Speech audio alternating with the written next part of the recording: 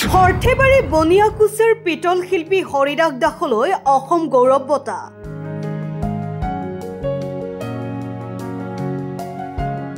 বৰপেটা জিলাৰ সৰ্থেবাৰী ৰাজহ চক্ৰৰ অন্তৰ্গত বনিয়াকুছিৰ পিতল শিল্পী হৰিদাস দাসক অসম চৰকাৰে অসম গৌৰৱ বঁটাৰ বাবে নিৰ্বাচিত কৰিছে। 10 বছৰ বয়সৰ পৰা পিতল শিল্পকলাৰ লগতে জড়িত আছিল হৰিদাস দাস। পিতলৰ কলগছ, শৰাই, জাপি, প্ৰতিমূৰ্তি আদি পিতলৰ বিভিন্ন সামগ্ৰী প্ৰস্তুত কৰি উলিয়াই বিগত ৩৮ বছৰে এই শিল্পৰ লগত জড়িত হৈ বিশেষ সন্মানেৰে সন্মানিত হৈ আনন্দ প্ৰকাশ কৰে শিল্পীগৰাকীয়ে। মুখ্যমন্ত্ৰীগৰাকীৰ লগতে শাসকীয় চৰকাৰখনক ধন্যবাদ জ্ঞাপন কৰিছে শিল্পী হৰিদাস দাসে। এই ক্ষেত্ৰত সঁচাকৈ আনন্দৰ দিন বা ভাল লাগিছে। আমাৰ এই অঞ্চলটোৰ এটা আনন্দৰ দিন, গতিকে খুবেই ভাল লাগিছে, খুব আনন্দ লাগিছে।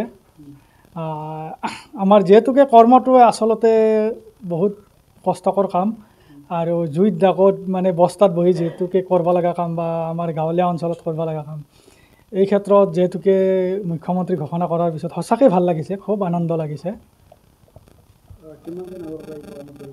এই কামটো 10 বছৰ বয়সৰ পৰা এই কামটোৰ লগত জড়িত। এতিয়া মোৰ ৩৮ বছৰ চলি আছে এই কামটোৰ লগত। মই প্ৰথমতে শৰাই কামটো শিকিছিলোঁ। শৰাই কামটো শিকি কিনে মই এনেকৈ 500 টকা সুতলৈকে আনি কিনে মই ঘৰতে আৰম্ভ কৰিলোঁ। কৰি কিনে এই কামটো আৰম্ভ কৰাৰ পিছত এতিয়ালৈকে এনেকৈ ন কৌশল কৰি বোলো শৰাই বনাই থাকিলে নহ'ব। গতিকে শৰাইৰ লগতে শৰাইটো সকলোৱে বনাই আছে। আমাৰ ইয়াতে 700 শিল্পী আছে মোটামুটি। এই 700 শিল্পী চব শৰাইয়ে বনায়।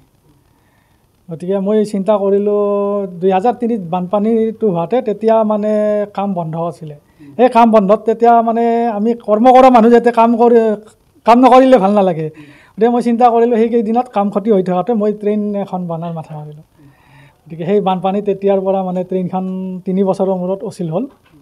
ট্ৰেইনখন অচিল হোৱাৰ পিছত আৰু নতুন ট্ৰেইনখন চলন্ত ৰেল চলি থাকে শৰাইঘাট ব্ৰিজৰ তলেদি। তাৰপিছত শৰাইঘাটত ব্ৰিজৰ তলেদি ট্ৰেইনখন চলি থাকে, পানী জাহাজ বনালোঁ। এনেকৈ আৰু আইটেমবিলাক বনাই আছোঁ আৰু পাব, নিশ্চয় পাব। মই বিশ্বকৰ্মৰ পৰা মোৰ আশীৰ্বাদ থকা বুলি মই ভাবোঁ বা ঈশ্বৰে দয়া কৰিব বুলি ভাবোঁ। গতিকে কিছুমান এনেকুৱা বস্তু বনোৱা হৈছে। কিছুমান এনেকুৱা অৰ্ডাৰ পাইছিলোঁ মই। এই 40 ফুট দীঘল সাপ এখুৰা বনাইছিলোঁ। অৰ্ডাৰটো ৰাখি উঠি মোৰ চিন্তা লাগিছিলে কেনেকৈ বনাম। মোটামুটি মই বোলো এই যিবিলাক পাতি আছে, সাপৰ যিবিলাক পাতি আছে, এইটো বানাওঁতে মই বোলো 6 বছৰ বা 10 বছৰ গুচি যাব।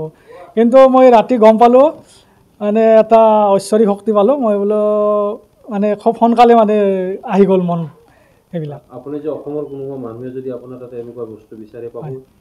এতিয়া মই পাব বুলি বিশ্বাস কৰোঁ। তেখেতসকলে যদি তেখেতসকলে যদি এনেকুৱা বস্তু লাগে বা ড্ৰয়িং এটা কৰি দিয়ে বা এনেকুৱা ফটো এটা দি দিয়ে, সেইমতে কিন্তু বৰ্তমানলৈকে দি আছোঁ। কিন্তু